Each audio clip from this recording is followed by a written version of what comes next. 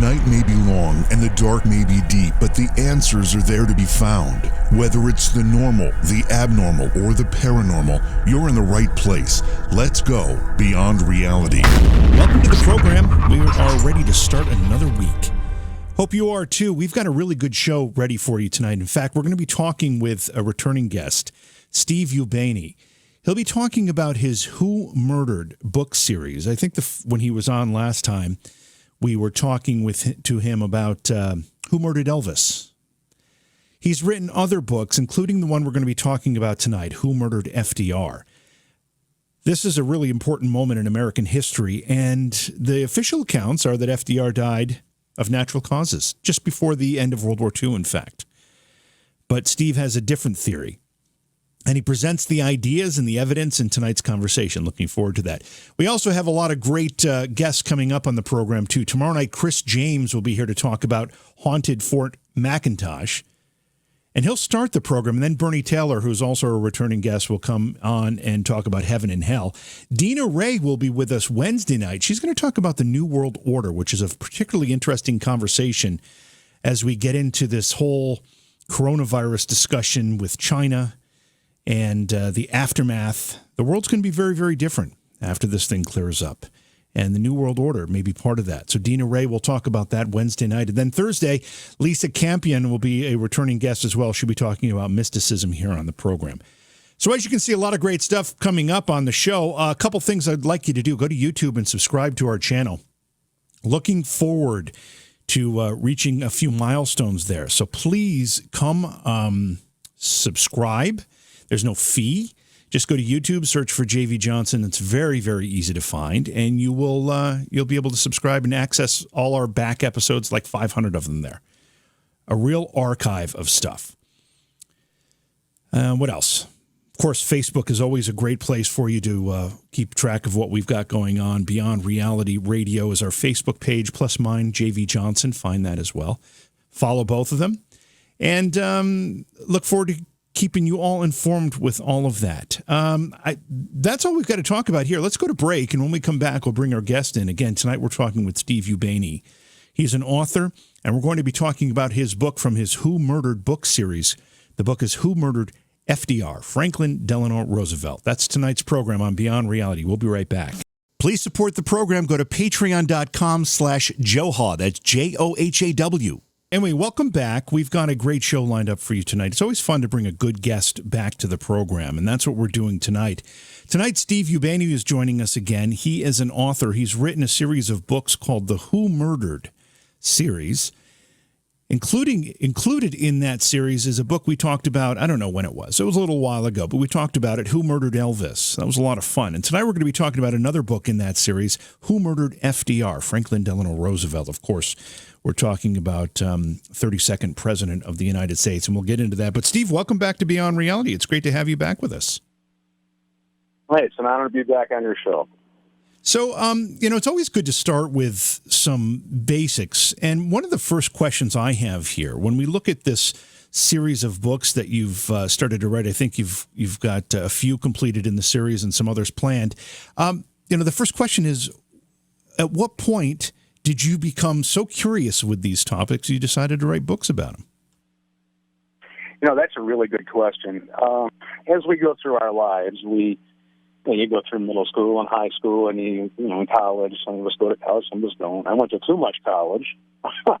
And you have to write down on the piece of paper the answer that they want to these historical questions. And I always knew that some of these things just didn't ring true. And FDR was one of them. I thought it was just too coincidental that FDR died mysteriously as Allied troops were storming Hitler's bunker. I thought that was a little too convenient. I also thought it was too convenient that Hitler, Mussolini, and FDR all died within a span of 18 days. A little convenient for me. So, I gave them the answer they wanted. I was a really good student. But I always said, you know what, one day I'm going to look into this, because it doesn't make sense. It doesn't add up.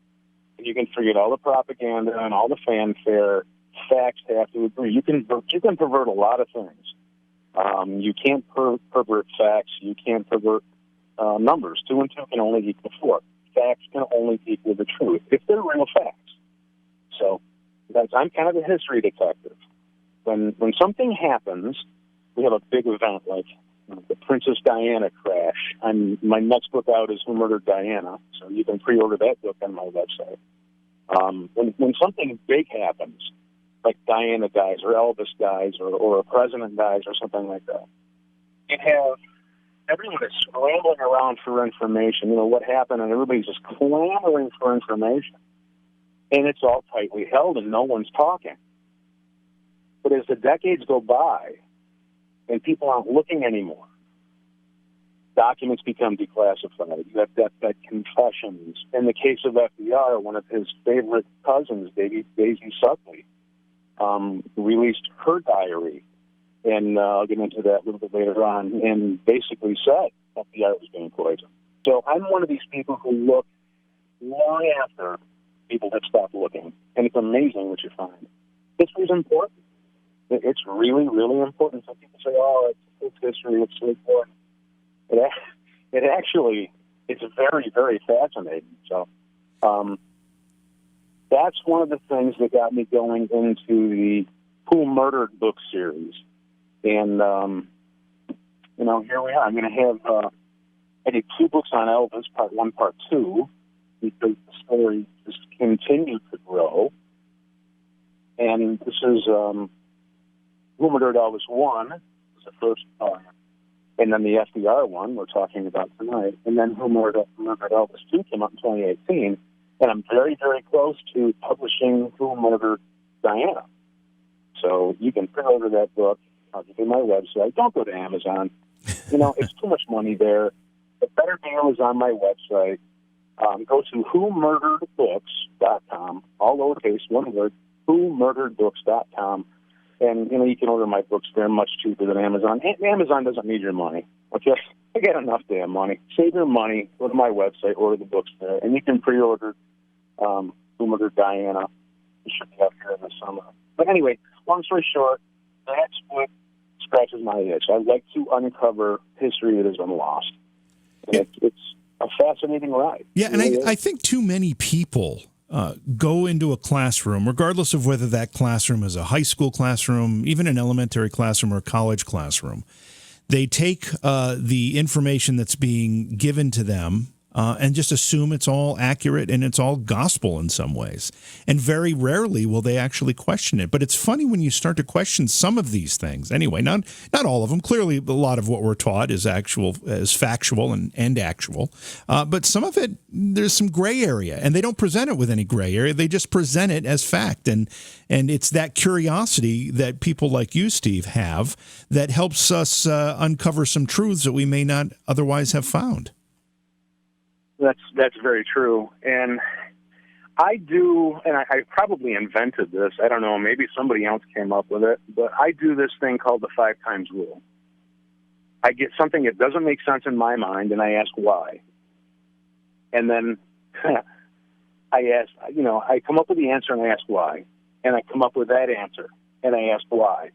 And I come up with that answer and ask why again. You do that 5 times, you'll get to the bottom of just about everything. And this is what I do in my books. I write about the 5 times rule in my books. And it's been some fascinating research. I mean, these aren't books that I just write willy-nilly. It takes me all my own writing. I don't have ghostwriters. I do all my own research. It takes me almost 4 years to come up with a book. Wow. It's that much research. And I got my hands full, pal. These are not small projects to undertake by any means. I mean, you're talking about some major historical figures whose deaths were not only mysterious, but certainly the mysterious component of it is somehow shrouded in secrecy. So finding information under those terms is difficult to begin with. But how did you come up with the list of people that you decided you were going to write about? What do you do when you go through historical events and say, that death looks a little bit odd to me. We should take a look at that one. These are things that I came up with decades ago, and I always had them in the back of my mind. Someday I'll get to this. other people make other lists. They have bucket lists for different things. Someday I'm going to rock climb or whatever. I'm going to go to the Bahamas or whatever. Everybody's list is different. And it's just whatever fascinated me when I was a kid. And I just never believed some of these things. And it has to do with piquing my interest. And I like to write about things that no one writes about. Okay. Who Murdered Elvis? You can forget all the smiles and the fanfare and all the tremendously great music and everything. What was going on behind the scenes with his manager being in the mob and Elvis being in the FBI, that's not going to end well. So, there was a lot and of course, the Memphis Mafia was all around that, protecting it. This was no social media. Nothing got out from Elvis's influence. Nothing got into Elvis. So this is why the fascination with Elvis continues. And there was like 45 factual sources in that book, the government documents. And I'll tell you, in all of my books, I'll bring the suspects in, and I'll run them right through the motive, the means, and the opportunity. And I will not only tell you who murdered them, I'll tell you how they murdered them and how they got away with it. And it's fat handsome, and this has got some people interested now in doing these into episodes for Hulu or whatever. So yeah, it's an interesting ride. Yeah, it really has been. That was good.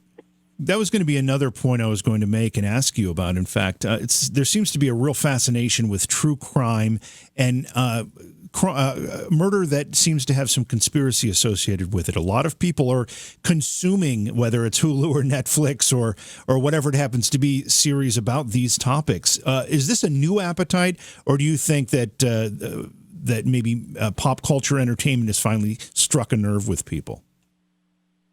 I think it's all the above. I think that, FDR has been gone 75 years here this year. Right. So, we're getting quite past. And I think that, to a point, everything old is new again. I think that we're coming into a time where we're starting to question things and even re-question and re-question things. And, things just are not as we were told. And I think that we're beyond the Easter Bunny story now. People, there's a burning desire within every human being. We still like truth, justice, and the American way. We still like that, as though those three go together. But you know what I mean? Where everybody wants the truth, And I always say, my slogan is, the truth might hurt, but it should never be hidden. And I like to make sure that it never will be. So that's what I tell people, and my books will punch you in the face. These are not tiny little books, they're hard to put down. So let's dig into the FDR thing.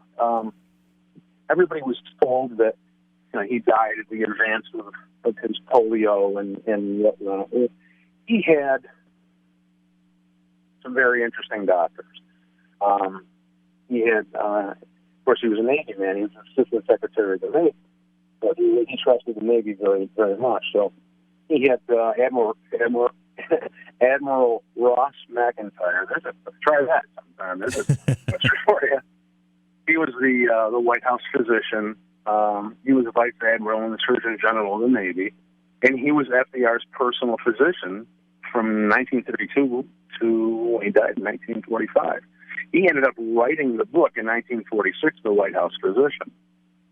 And pretty interesting and colorful guy, which we'll come back to. It's interesting to describe who these people are, so it makes sense when I get further into this. Dr. Howard Bruin, he was a lieutenant commander in the Navy. Again, a Navy guy. He was FDR's cardiologist, personal physician. He had a string of them. He was the chief of cardiology at Bethesda. Magical things happen at Bethesda. For you JFK people out there, you know what I'm talking about, okay?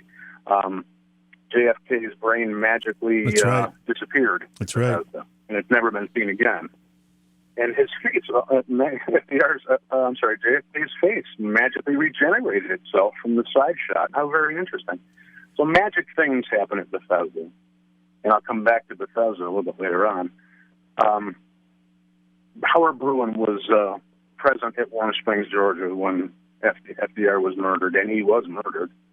Dr. James Pollan was an Atlanta physician who was summoned to Warm Springs when FDR died, and he was the one to help determine the cause of death. He did die of a cerebral hemorrhage, but it was not of natural causes. FDR was being slowly poisoned from within the White House. And I know when I say that, people go, how can you possibly say that? Yeah. It's true. Okay. There were people surrounding him who were not exactly friendly to him. And there were spies from every direction who had infiltrated the White House. Not everyone. I know history paints this broad, loving brush of FDR being this grandfather giving out free money and everybody loved him. A lot of people hated FDR, especially when he's the leader of one of the biggest nations in the world, in the biggest war in the world. So, you know, you talk about poisonings in history. You know, we'll get to that a little bit later on. But I mean, all leaders who have gone through wars, they've fought poisonings. So FDR's doctors were baffled. They had no idea what was wrong with this guy. Obviously, he had, you know, his problem with his legs and stuff. But you know, he always maintained reasonably good health. You know, he was not in frail health, with the exception of being deprived the use of his legs. And they got to the point where the medicines that they were administering to him weren't working. And after meal times, he would fall deathly ill.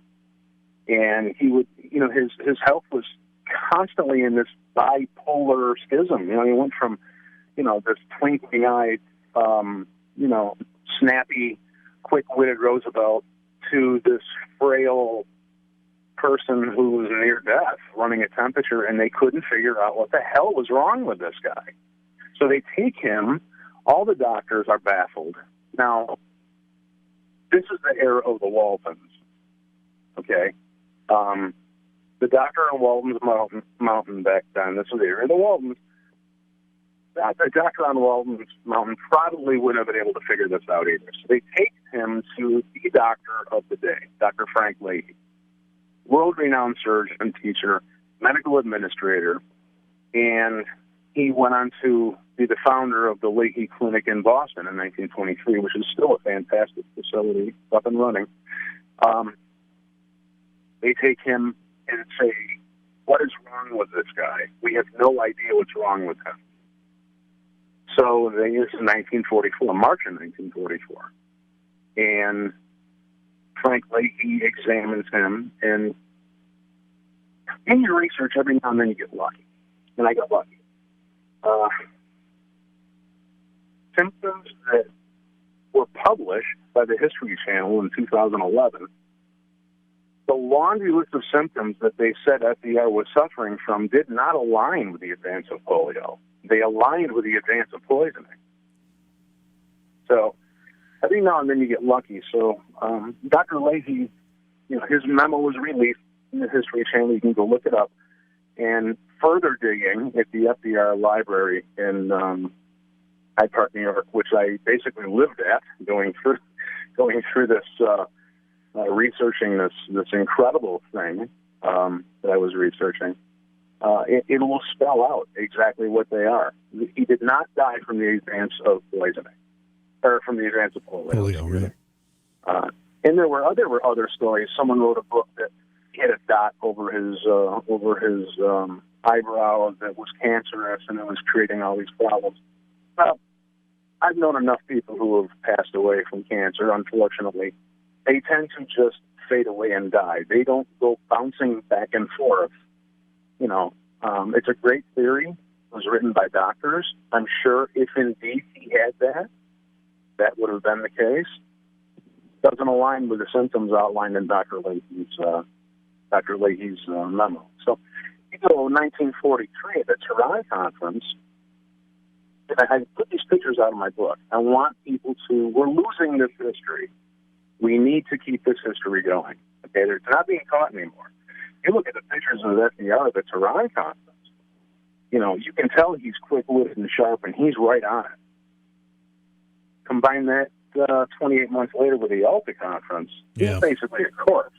He's a walking, well, not walking, but he's a breathing corpse. Yeah, the last from that point on, and actually a little earlier than that, but you can certainly see it in the Yalta pictures and any appearance he made, which were rare after that. He does not look well. And as you said, he looks like a corpse. He really does look corpse-like. Yeah, and it's really a shame that someone from within our Secret Service was extraordinarily lax, and it's unfortunate that it was that way. FDR died in the presence of 2 Russian spies, and no one talks about it. And they have 2 people in there from Russia who are in with the president, one painting his portrait, the other one a photographer, alone with our president in the middle of the greatest war the world's ever seen. What are they doing to him? Are they choking him? Are they poisoning him? They don't know. Who the hell is Secret Service? It's incredible to wrap your mind around. So, going down the laundry list of this, of the symptoms, which are in my book, I won't bore you with them because, I'm not going to bore you with them. I ran across Daisy Suckley, FDR's favorite cousin. Her name is Margaret Suckley. He called her Daisy. And she has published her diary entitled Closest Companion. And on page 203 of this diary, I'll read this for you. It's the president's 4th day in bed. He still feels somewhat nasty, though his fever is gone. Last Tuesday, without any warning, he fell ill at noon. Lunchtime, here we go again. He lay on the sofa in the study until 4:30 p.m. He found he had a temperature of 102.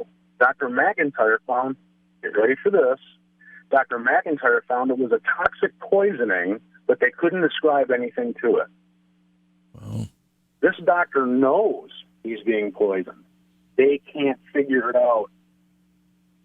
So they're prescribing sulfa drugs to him, which was the treatment of the day.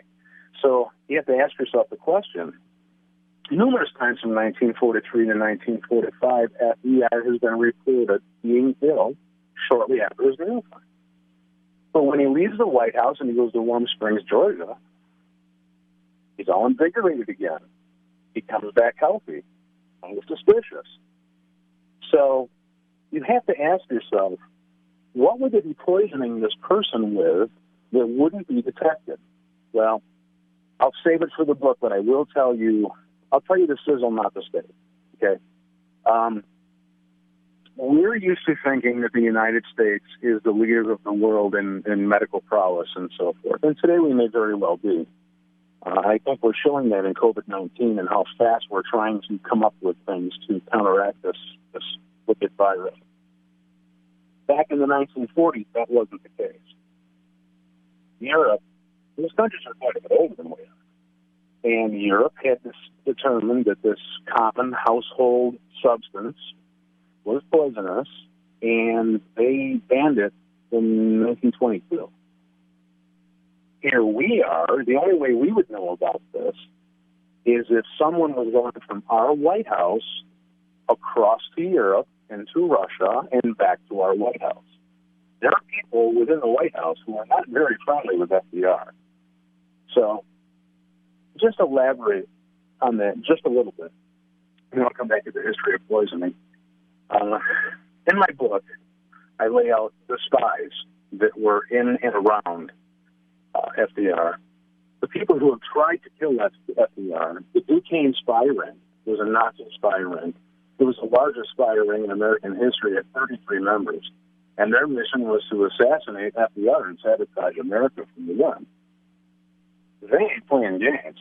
I mean, this is a pretty heavy-duty war. The outcome of the next 200 years will depend on how World War II ends. That's right. So they're trying everything to kill these other leaders. Operation Pastorius was also a Nazi plot, and it had 8 members, and it was created after Pearl Harbor, and it attacked basically heads of state and civilian targets. They were all discovered. They were caught trying to kill FDR. They got the electric chair. Giuseppe Zagara, February 15th, 1933, right before FDR is taking his oath of office. He tries to shoot FDR in Miami, misses, and kills the mayor of Chicago, Anton Cermak. He gets the electric chair. We can go on and on and on. Hitler, he had at least 42 attempts on his life from 1943 until 1944. They were not playing games. Actually, Hitler planned what's called Operation Long Jump, and it was a plan to assassinate the Allied leaders, Churchill, FDR, and Stalin, at the Tehran Conference, and it was foiled by the Russians. They were the ones that figured it out. If it wasn't for Stalin and his boys being on their toes, it would have wiped out all three of them. Wow. So this is very interesting. So there's a real pattern throughout the FDR presidency. There's a real pattern of him being in the crosshairs. They wanted this guy dead. Churchill too. This is my favorite story. I mean, I laughed out loud when I dug this up. I laughed out loud. And this is how smart the Nazis were. I mean, you can say a lot of things about them, mean people, evil people, whatever. They were not dumb people. They came from the depths of depression to almost world domination. These were smart folks. Yeah. So this is how they decided to get Churchill, because he was really protected. Churchill was my sixth cousin. They decided to get their intel. He liked his cigars. He liked his chocolates. Churchill liked dark chocolate. So what they decided to do was they made a bomb that looked like a chocolate bar. And it looked just like a chocolate bar from everything that I've been told. And I've got some people who researched it with the intel over there. And the documents, again, are in my book. It was called Peter's Chocolate, and it had the gold foil and the wrapper and everything. And it was supposed to, there's spies all around and double agents. There was a double agent in Churchill's chambers who was slipping this in on the tray going to Churchill. It was supposed to slip off the wrapper, explode, and blow his head off. True story. Wow. Exploding chocolate bars. And it almost worked. So, these people were fending off these attacks left and right. And, of course, we didn't know about this. It takes 75 years for this research to come out. So, now the history of poisoning. Poisoning has been used as a military weapon since around, I researched it back to 331 B.C. Everyone from the Apostle John in the Bible to Rasputin has been poisoned. That's right. Rasputin, they did everything to him. They poisoned him, they shot him, they tried to drown him. In the end, they think that finally killed Rasputin was my mother's meatloaf. We're past Mother's Day, I can say that now. But this has been going on and on and on. Political poison has peaked during the Italian Renaissance. So even today, our presidents have a presidential food safety team who prepares all their food so they don't have any problems. So don't send brownies to the president. They're not getting in. This is serious business. When the presidents go outside of their little safe zone, so they have food tastings. And this has been going on since every U.S. president since the 1800s has had food. Well, and it's obviously anybody who knows anything about medieval history knows that kings. I mean, the primary way to get into royalty or to ascend to the throne was through murder. In most cases, those murders were accomplished by poison, and most royalty had food tasters as well to make sure that their food was safe, and that was very, very common in the Middle Ages. Sure, Napoleon. Roman Emperor Claudius, Mark Antony, Cleopatra, Henry VIII, Lincoln. They almost got Lincoln. They were real close. Wow. So this is what flips my trigger. I like to dig into history that no one looks for and uncover stupid stuff. I love this stuff. I'm a history detective. This is what I do. Not really a conspiracy guy. I don't really care if the earth is flat or round. I'm happy that I'm on it. Okay? It's fascinating stuff. I'm not putting anyone down who investigates Bigfoot. Good for you. It's fascinating for me. It's fascinating for about, an hour, 45 minutes, and then I go back to my true passion. I know what conspiracies are. I know the legal definition of conspiracy, which is basically two people acting in concert to perform an act. I run across conspiracies all the time. I don't know if I label myself a conspiracy guy or not, but hey, if you want to label me that, I won't cry. I'm good with it. But this has been going on since time began. Turkey's 8th president was poisoned with a glass of lemonade in 1993 at the Bulgarian embassy. Died on the spot.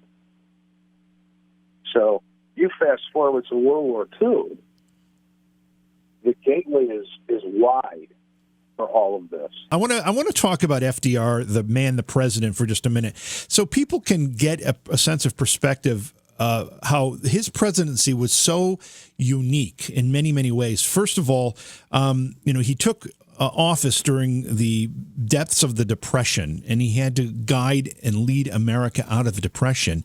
And he had 4 terms in office, which now is unconstitutional due to the 22nd Amendment. But this was a pretty unique presidency. Absolutely. I'm no tremendous fan of some of the things that were done. FDR was an incredible man in every sense of the word. Historically, the guy himself was just out of this world. What a fantastic guy this was. He was a disciple of Woodrow Wilson's train of thought. He didn't like he liked the parliamentary system of government. He didn't like separate branches of government. So FDR was reared in that way of thinking. And, of course, communism was the thing of the day. The people thought that, and Stalin, this was Stalin's war. Yeah.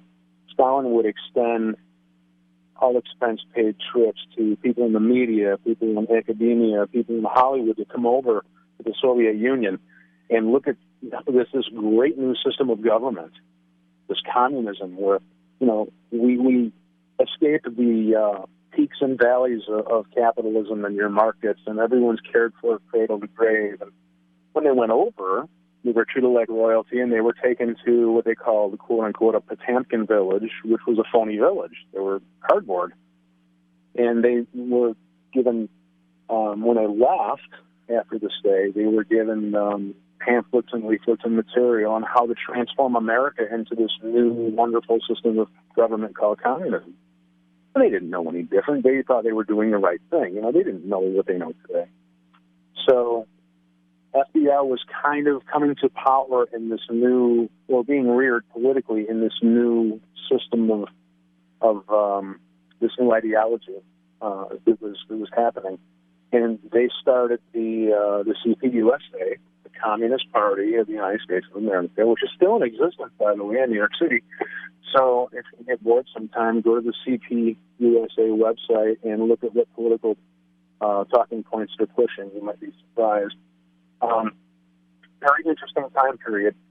So this is where FDR comes up with the New Deal. He's inspired by this new Stalinistic thing of government, and he's a huge Stalin fan. Of course, he does. I don't think that he really knew what a murdering monster and megalomaniac Stalin was. I think that he got the Walt Disney version. Really, I think that he. Really, I know a lot about World War II history. Not particularly a lot about FDR himself, but enough to be a little bit dangerous. I didn't know that he was a Stalin fan. Does he express that publicly at any point? A couple of quotes in my book. Yes, he was a fan of the system the system that he had in place with his people, the cradle to grave thing. Mm-hmm. He liked that very much, where everyone should be cared for. So you come back to FDR the man. it's a very interesting guy. He is an only child who roots back to the Mayflower, much like myself, and he is raised in the lap of luxury. I mean, this is old money.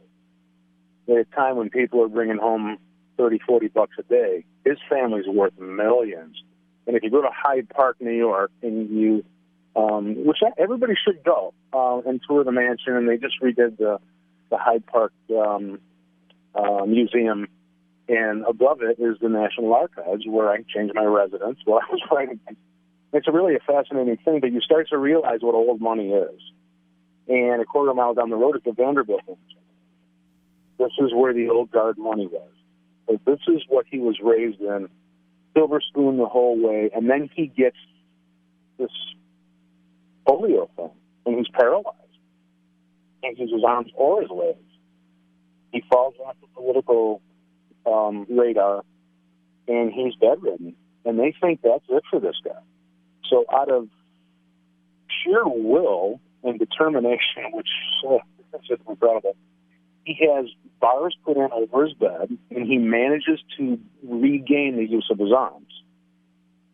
So he also had parallel bars, gymnast parallel bars put out on the front lawn of the mansion at Hyde Park, New York, where he manages to strengthen his arms and gets them working again. Tries to do his legs, can't do it. He says he would go walking every day. What this guy did for walking was incredible. And I know I'm using that word a lot, but this is really raw determination. He had 12-pound steel leg braces on, and he would, quote-unquote, walk. He would drag his legs behind him for 2 miles every day to try and get his legs back. I mean, this is a guy you have to admire. Wow, yeah. And, of course, they never come back.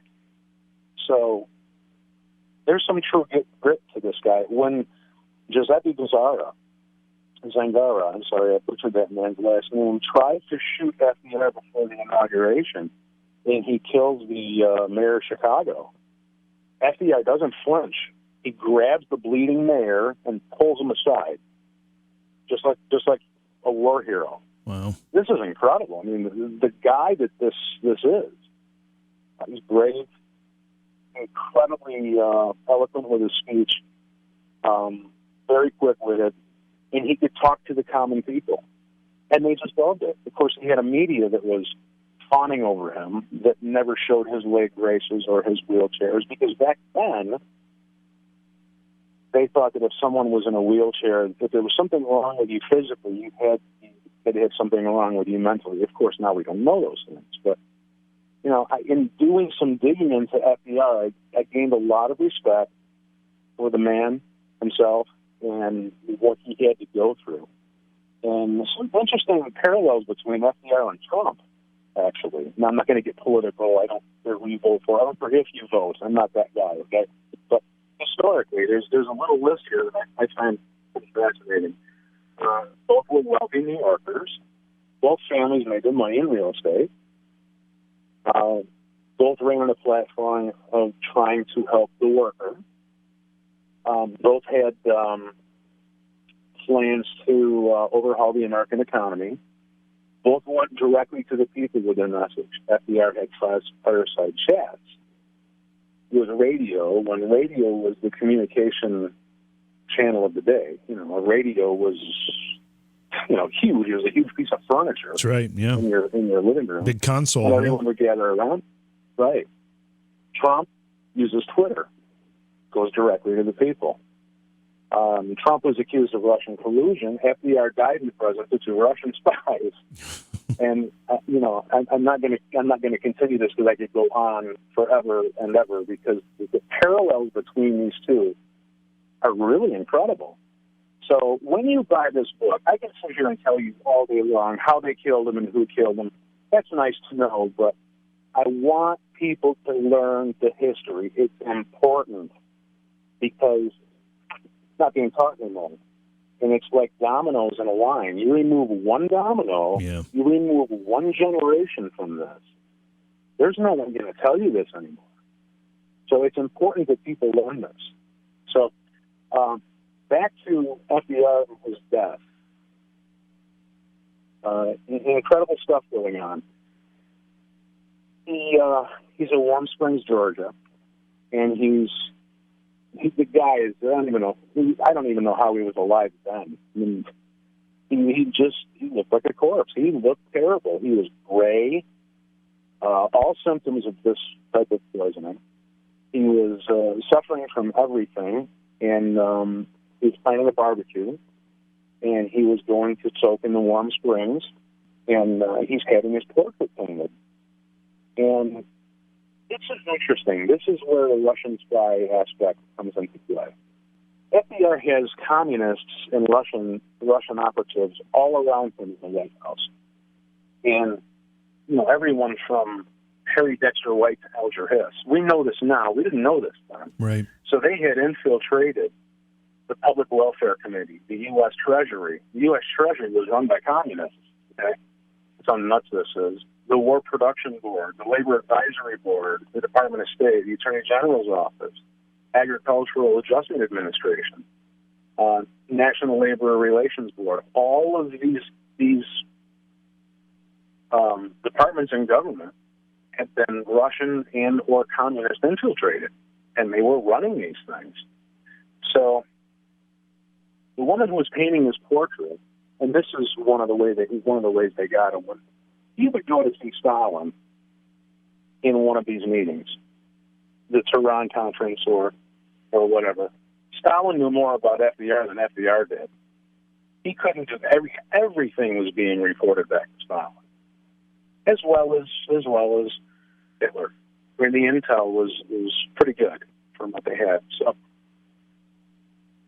speaking of poisonings in and around mysterious poisonings, on the way back from the Yalta Conference, Major General Paul Watson dies on the ship of a cerebral hemorrhage. People are having a nasty habit of dying of cerebral hemorrhages, and it's a type of poisoning. It's creating it. FDR's personal secretary, Marvin McIntyre, died in 1943 of a cerebral hemorrhage. There was one report at the Yalta Conference. Harry Hopkins had to remove FDR from the dinner because he started to turn green, broke out in a sweat, and became violently ill. I think they were trying to poison him at the Yalta Conference. Wow. And they had to rush him off. None of this has been reported before. Some crazy person had to categorize this, and I'm that person. So we fast forward to the day he dies. He's having his picture taken, and the two people who are having his portrait painted, the two people who were painting, was Elizabeth Sumatov, and she was a daughter of Nicholas Ivanov, who was a general in the provincial army, in the provincial government, in Russia. And she comes to America with another high political operative, her husband, Leo. They're passing all around New York State.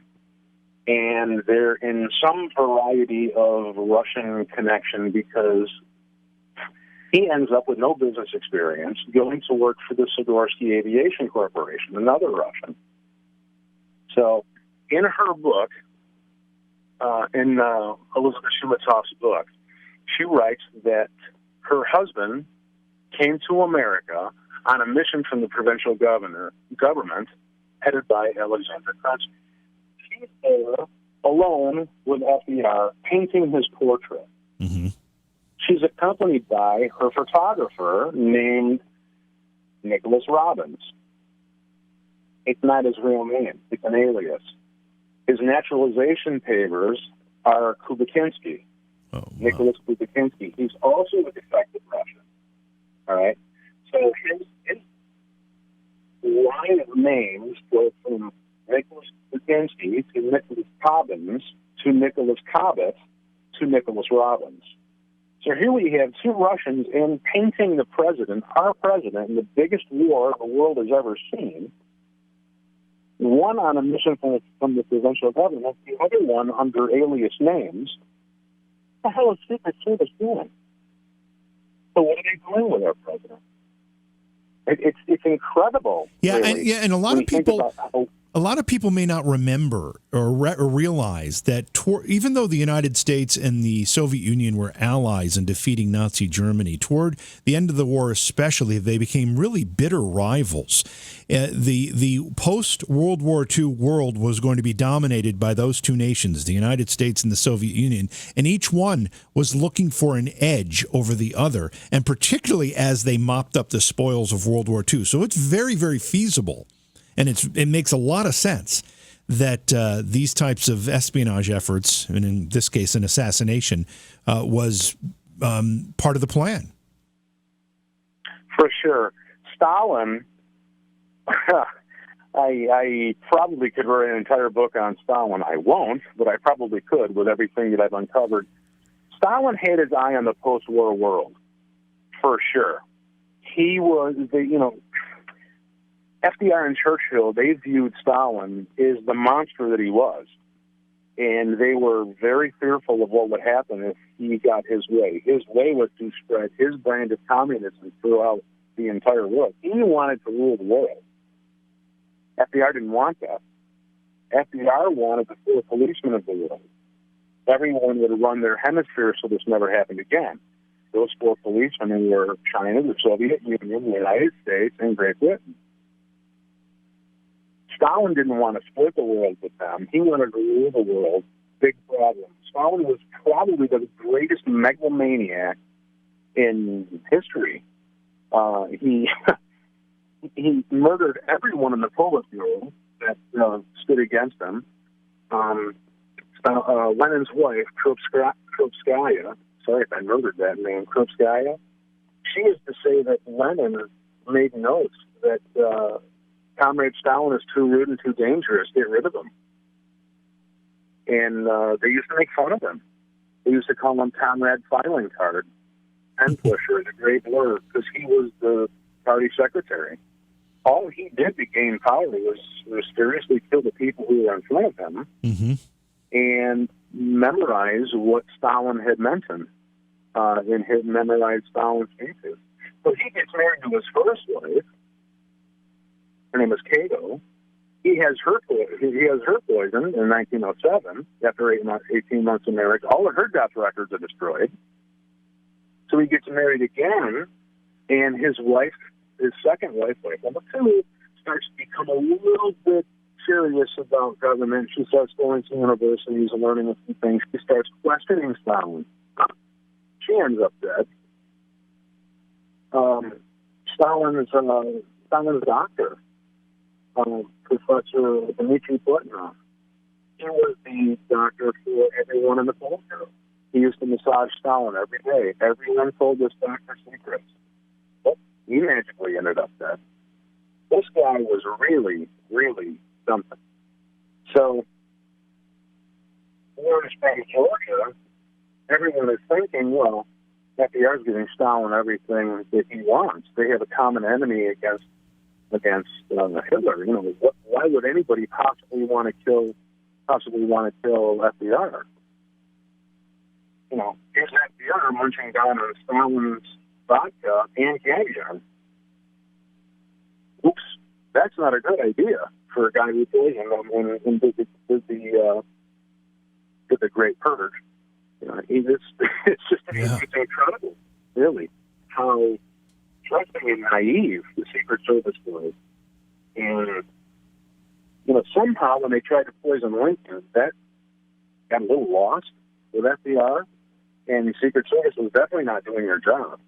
The man was definitely poisoned. So, fast forward to these two Russians, so guys on presence to verify Russian spies. It's not that we can I say it that way, it's that way because that's what the fact is. So he dies in front of two Russian spies of something that no one can figure out. Pretty interesting. 69 hours from death to grave. They couldn't get this guy in the ground fast. Wow. So, I don't know who you point the finger at in your book. You do name the killers. However, you've brought a lot of personalities into this conversation, including these two Russian spies that were with him. And as you said, FDR's poisoning was happening over an extended period of time. But was all of the government involved in this in some fashion? Because why wouldn't there have been a significant effort to autopsy the body and a little bit of time taken to understand the death? I mean, 69 hours from death to grave, that's lightning speed. For sure. And they broke the same law that JFK's people fighting over his corpse did. You know, there's a rule that when someone dies in Georgia or Dallas or wherever you die, in Warm Springs, Georgia, or Dallas, Texas, and you're a president, that's autopsied right there. They broke the law to take these bodies without being autopsied or examined back to Washington, D.C. So in both cases, they bodies both go to Bethesda, and how very interesting. So the law actually says that if a president dies, the autopsy has to take place in the jurisdiction that he died in, or he or she died in? Absolutely. Wow. If you die in Boise, Idaho, you're not getting out of Idaho without an autopsy. Wow. It's that way for me or you or everybody, and it's because of the spread of disease. Right. I talked to one of my forensic pathologists, who I'm not going to mention. And I asked him, I said, look, I do a lot of talking to these types of people and doctors, and I have a whole chain of people I run this stuff by. Every one of them said it's the same thing. So in the case of FDR and JFK, the law was broken in both circumstances, both very questionable deaths. So fast forward now, 1957. Eleanor Roosevelt, who was not there at Warm Springs, Georgia, when he died, he was there visiting one of his many girlfriends. The press covered up his extramarital affairs, and there were many. She's tired of hearing this. 1957, he's been dead for a while. Yeah, 12 years out. Tired of for sure. She's tired of the whisperings around Washington. He was murdered, he was poisoned, he was murdered, he was poisoned. People inside Washington are whispering, and she's fed up with it. She hires a private investigator. She's going to get to the bottom of this. So he contacts the internals of the government and says, I want all the files. I want all of FDR's medical files. I want to have them examined. I want to get to the bottom of this once and forever. He gets to run around. Someone has to break the news to him. FDR's, all of his medical records were stolen from a locked file at Bethesda. Gone. Magical pill cabinet at Bethesda. JFK's brain disappears at Bethesda. FDR's medical records disappear at Bethesda. Now, forget everything that I've said up until this point. If you go that far, you've got a conspiracy. That's right. And isn't it interesting that the two people that I write about so far, Elvis Presley and FDR, are both buried on federal ground, and they're both buried under concrete slabs? It's very interesting. You're not getting these. Yeah. I need to ask. We're at the end of the war. I need to ask you something before we move on, because I don't want this point to get lost. You were talking about communists having infiltrated so many parts of the federal government. You listed a whole bunch of departments and positions that had been occupied by communists that at the time it wasn't known, but as we look back, we know. It wasn't long after FDR's death and the end of World War II that the McCarthy era begins, where there's this quote-unquote communist scare, and everybody and their uncle is accused of being a communist, and in many ways it's akin to a witch hunt. But it almost sounds to me like there was actually a reason, maybe not to go as far as McCarthy did, but to be concerned about communists having infiltrated parts of American society. Is there a connection there? I think you would be very naive not to think that there was some variety of connection there. And like I said, I don't know, I know about McCarthyism. I know what happened. I know about the Red Scare. I understand all of it. Where there's smoke, there's fire. There had to have been something there for them to deeply investigate all of it. And, of course, if you can't kill the message, you kill the messenger. Yeah. this is what they do. So they made McCarthy into an alcoholic and a lunatic, and right. All of these things. What about Truman? Was Truman complicit in any of this, or was he just a vice president who dutifully filled the role when he had to? Very interesting question. Truman is a random element, and none of the world leaders. He's only been vice president a short time, and this is really an interesting figure in history. He is tasked with the responsibility after FDR dies of piecing together this world, the post-war world. That's right. And my personal feeling is if FDR would have lived, it would have saved us 75 years of post-war murder and communism. The Cold War wouldn't have existed. I'm sorry, 65 years. So here's the world falls in on Truman. What witty, fiery Harry Truman. So he has to try and get along with Stalin, and they hate each other. So I look at Truman as they didn't respect Truman. They thought he was a political newbie, quote unquote. He was this, little weasel. Stalin didn't like him. He couldn't warm up to him. He wasn't chummy. He wasn't the glad hander that FDR was. So I think that Truman, personally, was probably in the worst spot in history. I think that at that time, the world fell in on him. And as far as the bombs are concerned, Stalin knew all about the bombs in the Paranormal Project. He knew all about it. Before we dropped them? He knew it before we dropped them? Beyond question. Yeah. I just wanted to jump in again here and tell everybody, I can tell you how they murdered him and who they murdered and all these things. I want you to read the history that's in this book because it's important. Buy the book, tell your kids, tell your grandkids, make sure this history lives on. It's important because we'll repeat it if we forget it. We're one generation away from forgetting it. That's right. So go to whomurderedbooks.com, I think my books are $14 or something like that. And don't go to Amazon. It's too expensive, and nobody wants to deal with Amazon anyway. So they're cheaper at my website. Go there, order a book, and I'll make sure you get it. And I'll even autograph it for you. How's that? And I also give speaking engagements if you're interested in having me come speak to your university or your classroom. I also talk to aspiring writers, and I'd be happy to do that. Go to my website, fill out the form, click send, and I'll be sure and get a hold of you. And this is one of my passions, is doing this, research like this and crunching this together. But I think what really makes me feel accomplished is passing this information on because it's going to be gone. When this generation is gone, there's not going to be anybody around to tell you these things. We're already seeing that transformation occur, and it's rather sad as we lose the last of our greatest generation. And I mean, people that lived during or even fought in World War II, there are very few left, and we're going to lose them all here within this generation. We're also losing the history that went along with that. These are very, very unbelievable times that not only shaped the 20th century, but will shape the centuries to come.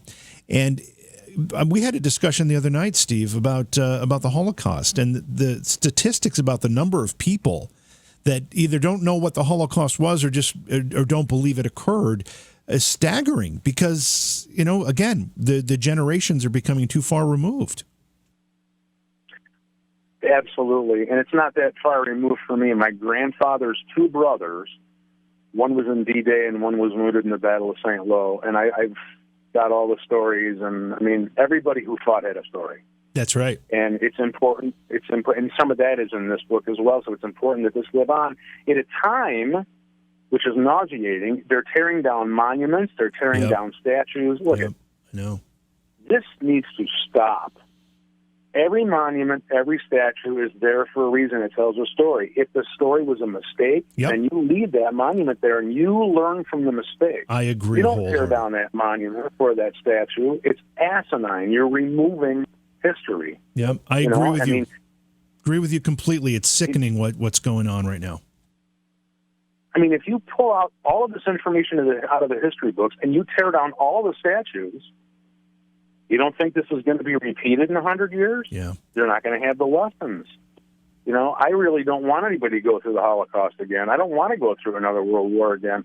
And it's criminal, really, of what's going on. And it's going to happen again because these fools are out there butchering history because they find some problem with it. It's there for a reason, not to repeat it. Some monuments are great. It speaks out accomplishments. Some of them speak out mistakes. But it's there for a reason, just like the history books. You know, I did a thing the other night. I was on a show, and I'm on shows a lot. I was on a show, and I said, I'll give everyone a free book, an autographed and numbered book, if they can name me one person who signed the Declaration of Independence. Woman called in. She said Franklin Roosevelt. Oh, my God. I couldn't make this up. Wow. You know what? I sent her a book anyway. Because she dared to call. Yeah, she dared to call. Wow. She really thought she was bright. Another one said Abraham Lincoln. Oh, my God. This is scary stuff. It's incredible that this is happening. So when this history is being forgotten, so when someone like me, who I wouldn't call myself a historian, I just think I dig into history and I find fascinating things. And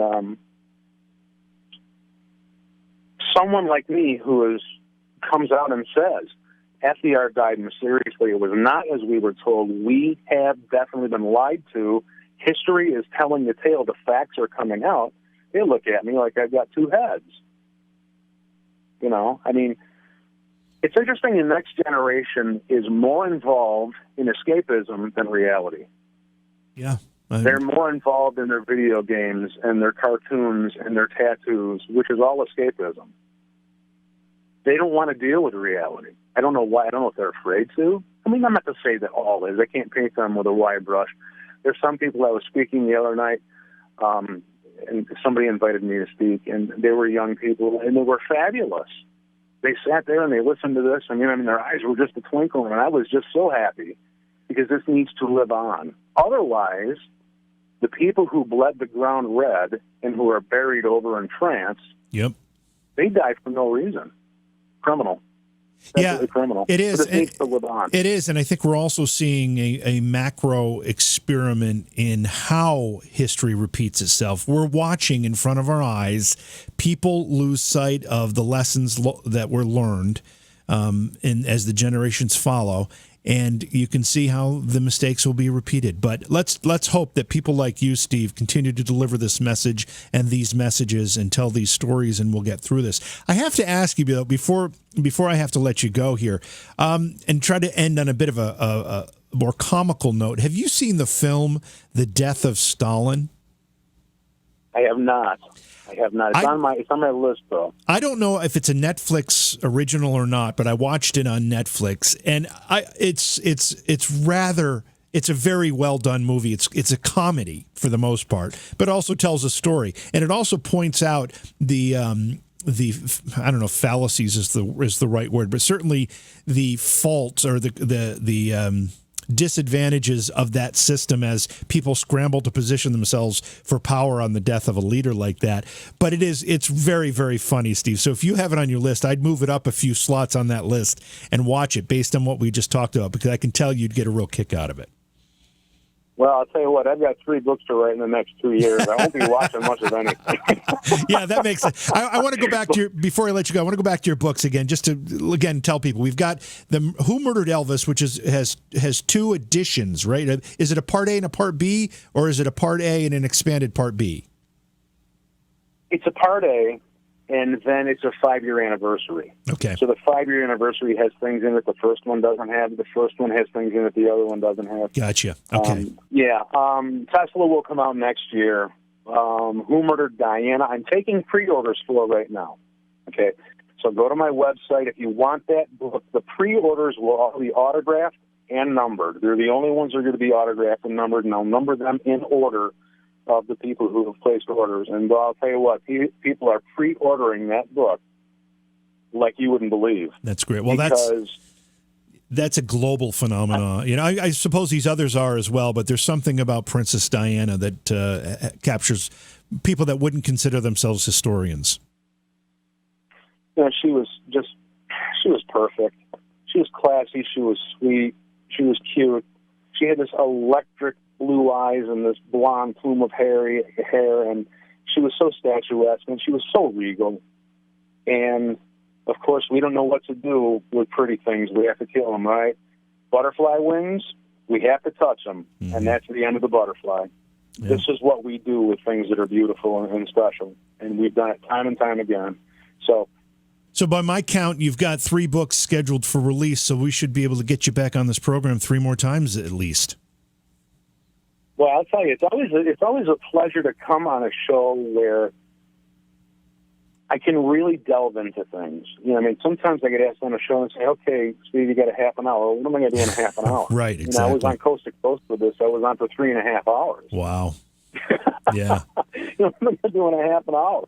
So it's always nice to be on a show where, I have someone who, is fascinated with the same things that I am, like yourself. Follow my book series. Go look me up on Facebook. You can go to these pages on Facebook. You can go to Who Murdered Elvis on Facebook, Who Murdered FDR. I have Facebook pages for all of my books. You can link to them on the website. And if you want to connect with me on Facebook, it's Stephen Ubaney, Stephen.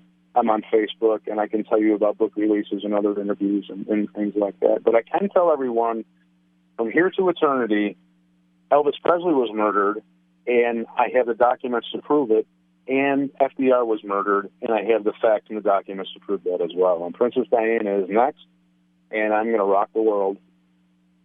It's going to be a very interesting show. And you know what, JV, you're going to have to give me your contact information because I want to send you I sent you the Elvis book.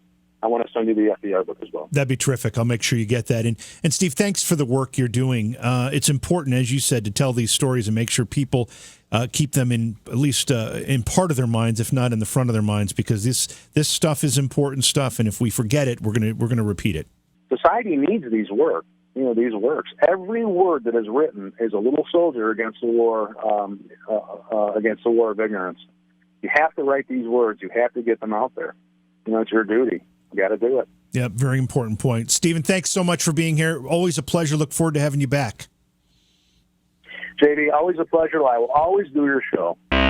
Beyond Reality Paranormal is hosted by J.V. Johnson and produced by Orion Palmer and Slick Eddie Edwards. Like us on Facebook and subscribe to our YouTube channel. Please consider supporting the program either through your podcast platform, click on the link in the description, or on Patreon at Joha Productions. If you'd like to be a guest on Beyond Reality Paranormal, or you have a recommendation for a guest, contact our producer, Slick Eddie Edwards. Eddie is spelled with a Y at slickeddieedwards@gmail.com.